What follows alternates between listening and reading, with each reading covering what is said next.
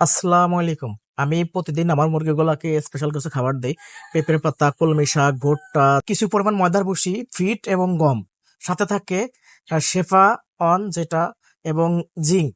এই ২ টা দেওয়ার কারণ হলো যদি মুরগির কোনো অসুস্থ থাকে এবং খাবারের রুচি কম থাকে সেক্ষেত্রে জিঙ্কটা ভালো কাজ করবে এবং শেফা অনটা রোগ প্রতিরোধ ক্ষমতা বাড়ায় এবং ক্ষুধা-মন্দা দূর করে। মিক্সড হিসাবে পানির পরিবর্তে ভাতের মাড় ব্যবহার করি কারণ ওটা হজমের সহযোগিতা করে এবং পানি ও ইলেকট্রোলাইটের ঘাটতি পূরণ করে। এবং অনেকের প্রশ্ন থাকতে পারে যে পেঁপে পাতা কেন দেয়? কারণ পেঁপে পাতা রক্ত পরিষ্কার করে, রোগ প্রতিরোধ ক্ষমতা বাড়ায় এবং জীবাণুনাশকের কাজ করে, কৃমিনাশকের কাজ করে এবং ডায়রিয়া ও ক্ষুধামন্দা কমায়। আর কলমি শাকের কথা তো বলবোই না, কারণ কলমি শাকে আছে ভিটামিন এ, সি এবং আয়রন সমৃদ্ধ একটি খাবার। রক্ত শূন্যতা দূর করতে সাহায্য করে এবং হালকা কোষ্ঠকাঠিন্য এবং পাকস্থলীর সমস্যার সমাধান করে। এই খাঁচায় রাখছি কলম্বিয়ান ব্রাহ্মা এবং অরিজিনাল টাইগার মুরগি, কারণ এদের সমবয়সী বলে এখনো এক জায়গায় রাখছি, বড় হলে তখন আলাদা করব।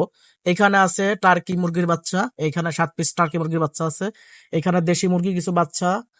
আর আমি বড় মুরগিগুলাকে, বিশেষ করে ওদের 2 মাস প্লাস বয়স হয়ে গেছে, ওদেরকে আমি এই কৃমিনাশক ওষুধটা দিচ্ছি আজকে প্রথমবার, কারণ এখন 2.5 মাস হয়ে গেছে ওদের বয়স। কৃমিনাশক যেহেতু আমি পেঁপের পাতা দেই, তারপরেও আমার এটা একটা কৃমিনাশক কোর্স করা দরকার ছিল, তাই করলাম। আর এই যে আমার মুরগিগুলো দেখতেছেন কতটা সুস্থ সবল।